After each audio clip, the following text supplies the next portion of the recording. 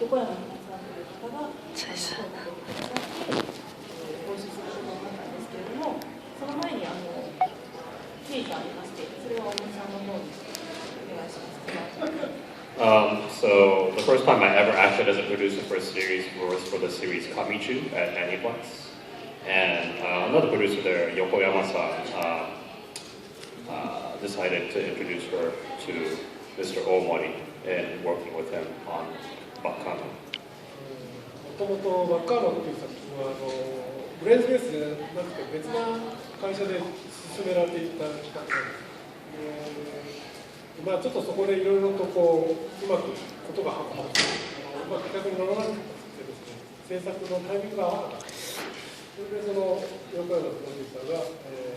ブレイズベースはどうか僕に提案があって、紹介してもらって、コンビを組むことになりました。So actually, originally, Baccono was not intended to be produced by Brainface, but the original production studio could not get their scheduling and timing to work out, and so Yokoyama-san decided to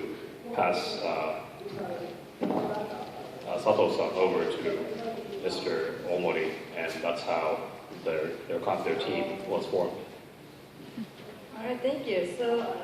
many of the series you work on use many real locations, and Durara in particular uses many locations in Ikebukuro.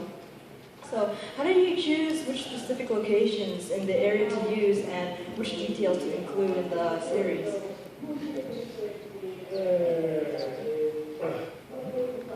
もちろん原作はまあ池袋の舞台ってことまだロケを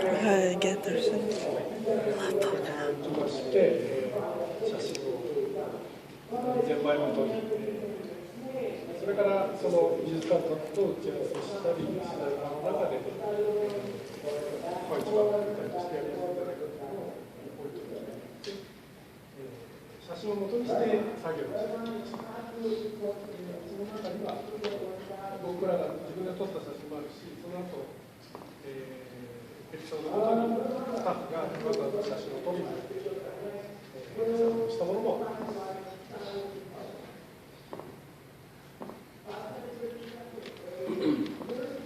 So of course, the original light novels used Ikebukuro as a setting. However, in order to prepare for the animation production, the animation staff went out and did real-life shoots at various locales in Ikebukuro, and after they got all the shots they wanted, they compiled them all and went through one by one and decided which shots they would use as the animation backdrops. And then from there on, with each individual episode, they had an individual shoot in Ikebukuro for those episodes as well in order to get the setting that they wanted. It's really interesting because you can actually go to those actual locations and say, this character was here. Okay, so next question. So how different was it working on a violent series like Baccono compared to family-friendly series like Princess Jellyfish or Natsume's Book of Friends? バッ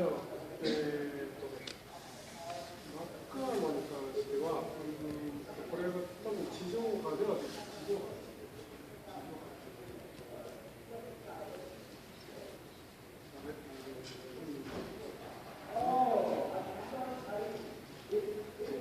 ではできなかったですね。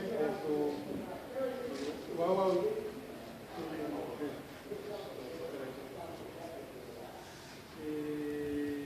ではある程度表現の幅も自由にやれたことが多かった。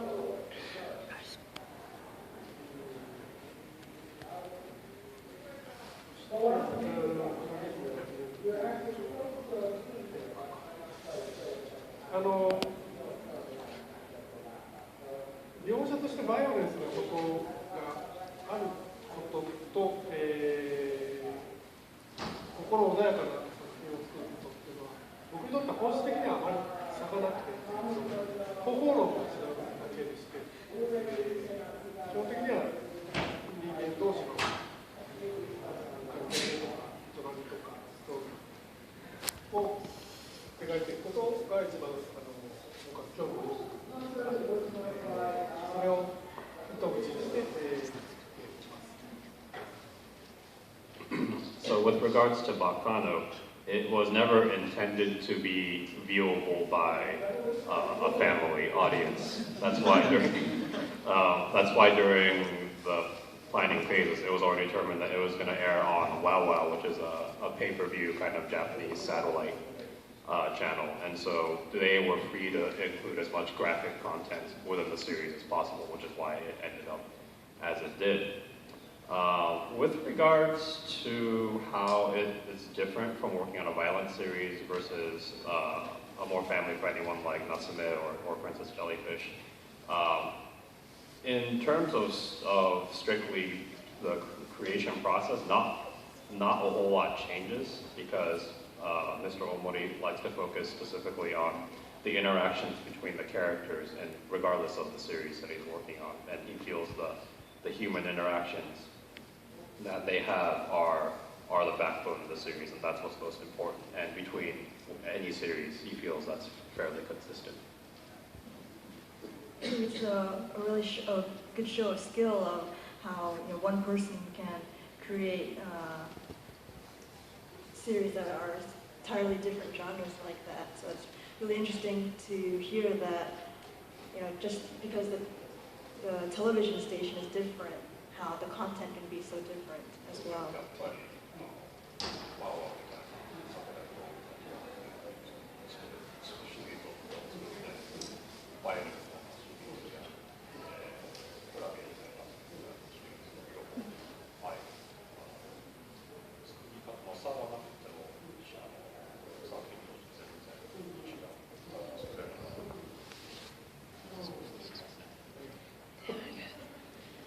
So Princess Jellyfish is still publishing, and the ending in the anime series is not something that happened in the original manga.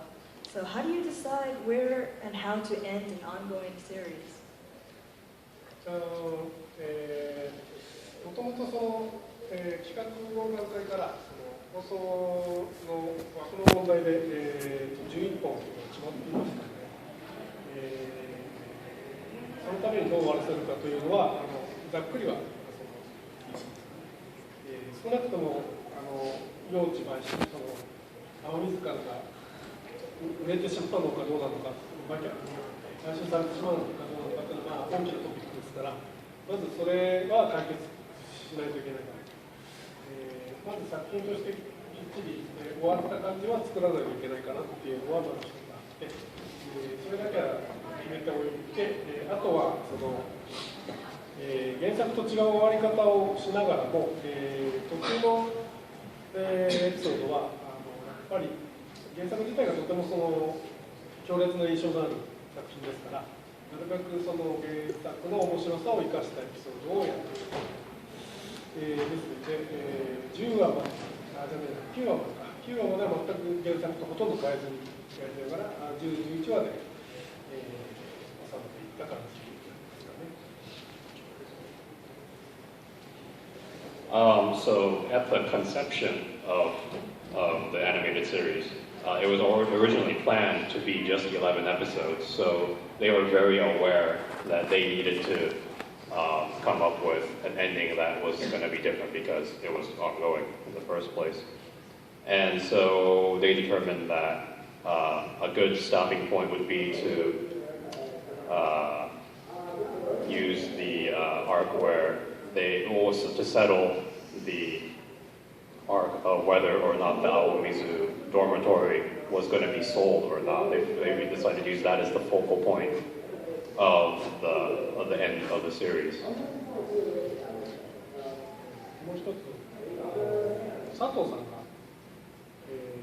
シリーズの構成を最初に決めるときに、すごく作品にとって大事なことを会議に提案していて、その話を考えました。So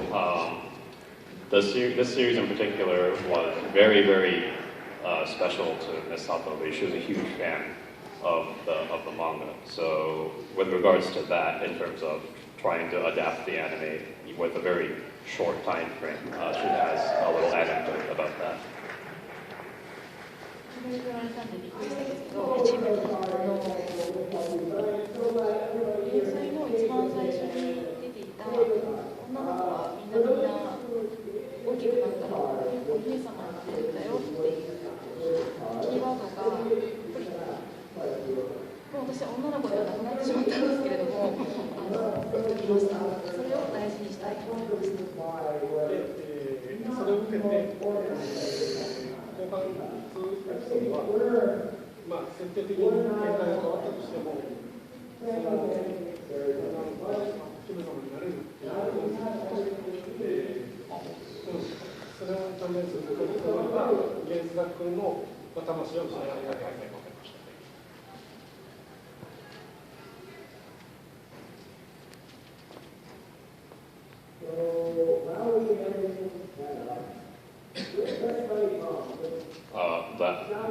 It kind of caught her by surprise that he decided to have her answer this. But to Miss Sato, the overarching theme that Princess Jellyfish tries to express is that when little girls grow up, they can become princesses, was a very important facet for her. And so it was incredibly important for her to make sure that that message was conveyed even in the short time frame of the animated series. And so even if the actual content of the ending in the anime was different from the manga, they made sure that they tried to preserve that same feeling of as little girls grow up, they can still become princesses. They wanted to preserve that feeling. That was very key to them. So speaking of changes, the stories in the Natsume's Book of Friends anime series are in a different order than they are in the original manga. So was there a reason for that?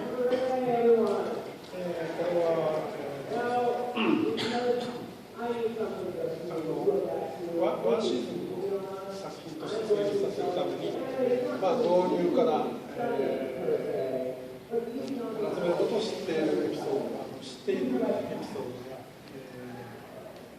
後半に向けて盛り上がっていくエピソードが友人の戦いとかというのを、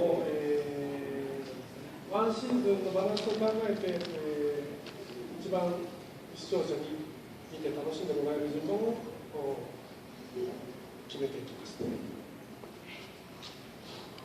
So with each individual season of Natsume's Book of Friends, they try to plan each season as an independent package of content for the viewers, where they want to make sure that the early episodes in the given season are, episodes that get you to know Natsume as a character. And then, as we progress, they're showing him struggling, episodes that show him struggling with something, and then after that, having episodes where he's getting along very well with his friends. And they want to make sure that each season standalone is kind of a complete package of this exposition, of build up, its climax, and then an ending for the viewers. And so that's why they needed to kind of pick and choose arcs from the manga out of the original order in order to accomplish this task. So, Hotarimi no Morie was produced by the same staff that worked on Natsume's Book of Friends. Both series were written by Yuki Midorikawa and have a similar feel to them. But what are some of the things you did